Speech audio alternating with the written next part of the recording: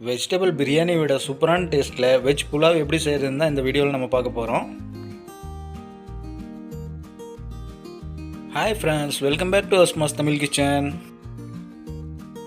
முதல்ல ஒரு கைப்பிடி அளவுக்கு மல்லித்தலையை மிக்ஸி ஜாரில் சேர்த்துக்கிறேன். கூடவே ஒரு கைப்பிடி அளவுக்கு புதினா இலை,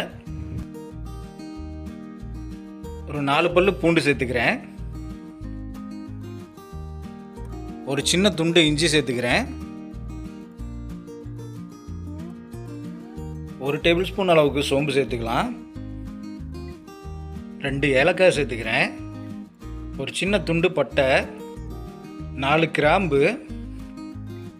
இதில் கொஞ்சம் போல் தண்ணி சேர்த்து நல்லா மைய அரைச்சி எடுத்துக்கலாம்.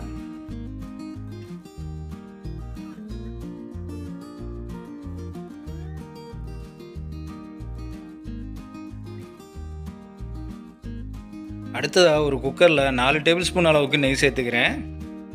இந்த புலாவ் ரெசிபியை 1/2 கிலோ பாஸ்மதி ரைஸில் தான் நம்ம இன்றைக்கி செய்ய போகிறோம்.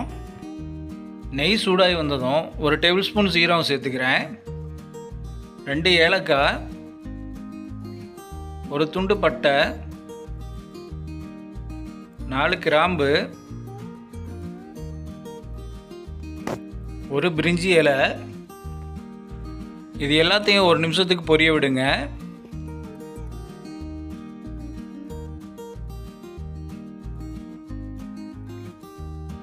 அடுத்ததாக நீலவாக்கில் நறுக்கி வச்ச 2 பெரிய வெங்காயத்தை சேர்த்து வதக்கி விட்டுக்கலாம்.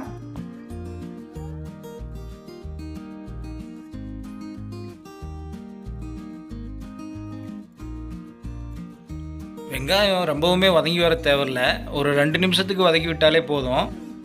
இது கூட ஒரு 15 முந்திரி பருப்பை சேர்த்து வதக்கி விட்டுக்கலாம். இதில் முந்திரி பருப்பு சேர்த்துறது ஆப்ஷனல் தான், உங்கள்கிட்ட இல்லைன்னா ஸ்கிப் பண்ணிக்கோங்க.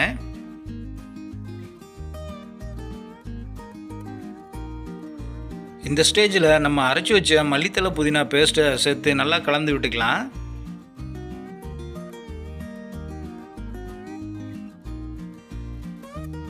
இந்த மல்லித்தலை புதினா பேஸ்ட்டோட பச்சை வாசனை போகிற வரைக்கும் ஒரு 2 நிமிஷத்துக்கு நல்லா வதக்கி விட்டுக்குங்க. இது கூட ஒரு சின்ன கப் அளவுக்கு பச்சை பட்டாணி சேர்த்துக்கிறேன்.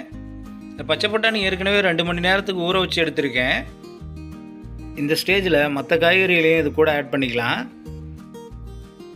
நான் இங்கே கேரட், பீன்ஸ், உருளைக்கிழங்கு, குடமிளகா ஆகிய 4 காய்கறிகளை எடுத்திருக்கேன். இது எல்லாமே வெறும் 50 கிராம் அளவுக்கு தான் எடுத்திருக்கேன்.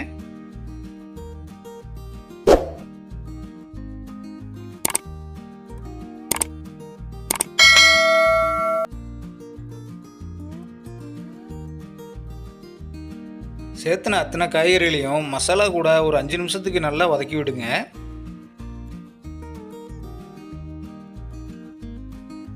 அஞ்சு நிமிஷம் ஆயிடுச்சு. இப்போ புலாவுக்கு தேவையான அளவு தண்ணியும் உப்பும் ஆட் பண்ணிக்கலாம். நான் இங்கே 2 டம்ளர் அரிசிக்கு 3 டம்ளர் தண்ணி ஆட் பண்ணியிருக்கேன். கடைசியாக 1/2 மணி நேரம் ஊற வச்சு எடுத்த பாஸ்மதி அரிசியை சேர்த்து குக்கர் மூடி போட்டுக்கலாம்.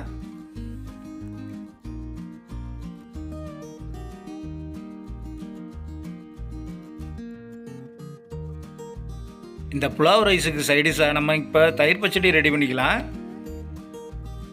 இதுக்காக நான் 1 கப் தயிர் எடுத்துக்கிறேன். கூடவே கொஞ்சம் தண்ணி சேர்த்துக்கிறேன். இது கூட ரொம்ப பொடுசாக நறுக்கி வச்ச கேரட், வெங்காயம், பச்சை மிளகா, மல்லித்தலை இதுகளை சேர்த்து நல்லா கலந்து விட்டுக்கலாம். வெள்ளரிக்காய் கிடைச்சாலும் நீங்கள் அதையும் சேர்த்துக்கலாம். இதுக்கு தேவையான உப்பு சேர்த்துக்கலாம்.